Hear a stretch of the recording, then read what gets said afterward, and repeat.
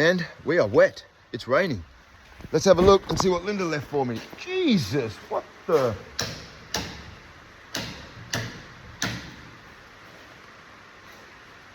Whew! Okay, so that's what Linda left for me. Sylvia Protea. Okay? The Sylvia Proteus. But have a look at this. I'm surrounded.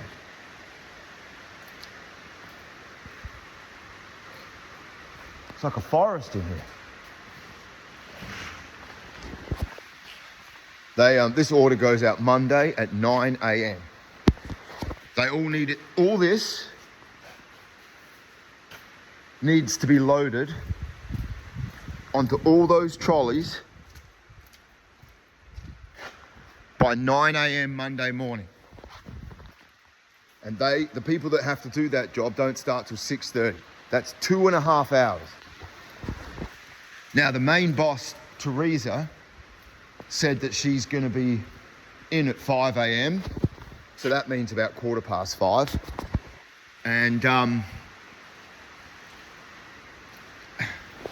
they leave themselves no time.